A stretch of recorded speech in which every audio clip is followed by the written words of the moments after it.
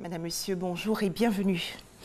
Les travaux du sommet Russie-Afrique se sont ouverts hier à Sotchi, station balnéaire russe. Il s'agit de renforcer la coopération entre la Russie et les pays africains. Le président russe Vladimir Poutine a échangé hier avec ses hôtes à la faveur d'un forum économique.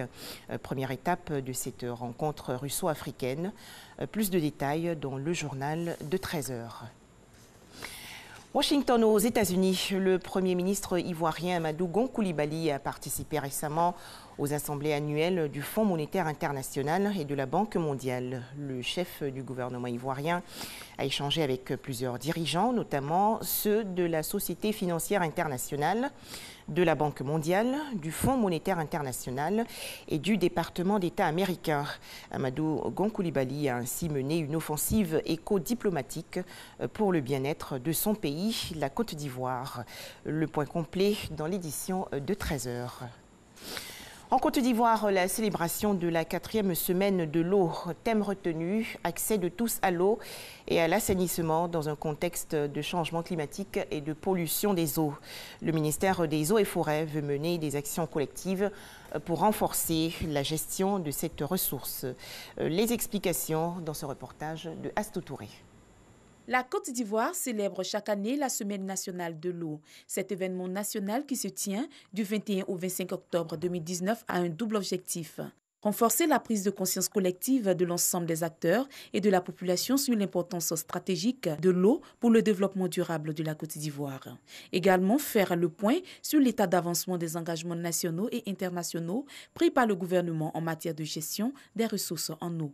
Cette 4e édition de la Semaine nationale de l'eau a pour thème accès de tous à l'eau et à l'assainissement dans un contexte de changement climatique et de pollution des eaux.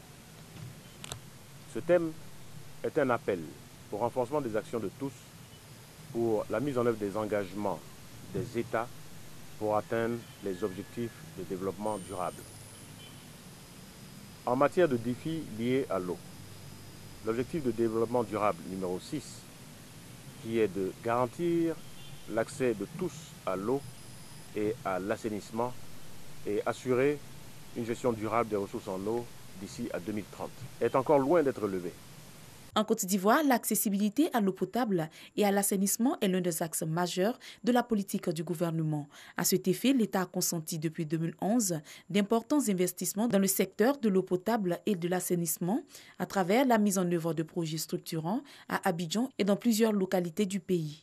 Ainsi, le taux d'accès à l'eau potable est passé de 67 à 69% en milieu rural et de 92 à 94% en milieu urbain.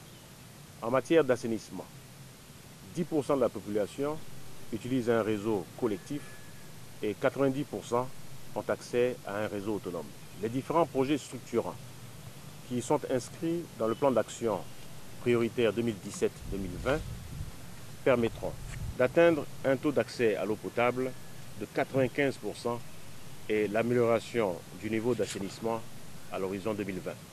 Le gouvernement entend impliquer l'ensemble des acteurs de l'eau, quel que soit leur niveau d'utilisation de la ressource, en vue d'une meilleure protection, une gestion rationnelle et une planification coordonnée tenant compte de l'adéquation entre les besoins de tous et de la disponibilité en eau.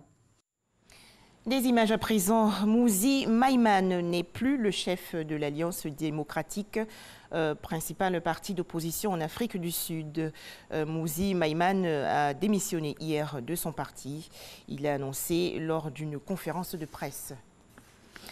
Direction la Tunisie, où désormais investi président de la République, Kais Saied doit charger le parti ayant le plus de sièges à l'Assemblée nationale de former un gouvernement dans un délai d'une semaine après la proclamation des résultats définitifs des élections législatives. La Bolivie, dans l'attente des résultats définitifs des élections présidentielles depuis maintenant 3 jours, dans un climat de tension face à l'incertitude et aux soupçons de fraude, l'opposition bolivienne manifeste partout dans le pays. Des heurts ont éclaté hier dans la ville de Santa Cruz, bloquée par la grève générale. Dans les rues de La Paz, la capitale, ce sont à la fois les opposants et partisans du président Evo Morales qui ont défilé. Enfin, cette décision du président américain Donald Trump a annoncé hier la levée des sanctions imposées mi-octobre à la Turquie après le lancement de l'offensive militaire d'Ankara contre les Kurdes en Syrie. Voilà, merci à vous de nous avoir suivis. 13h, le journal.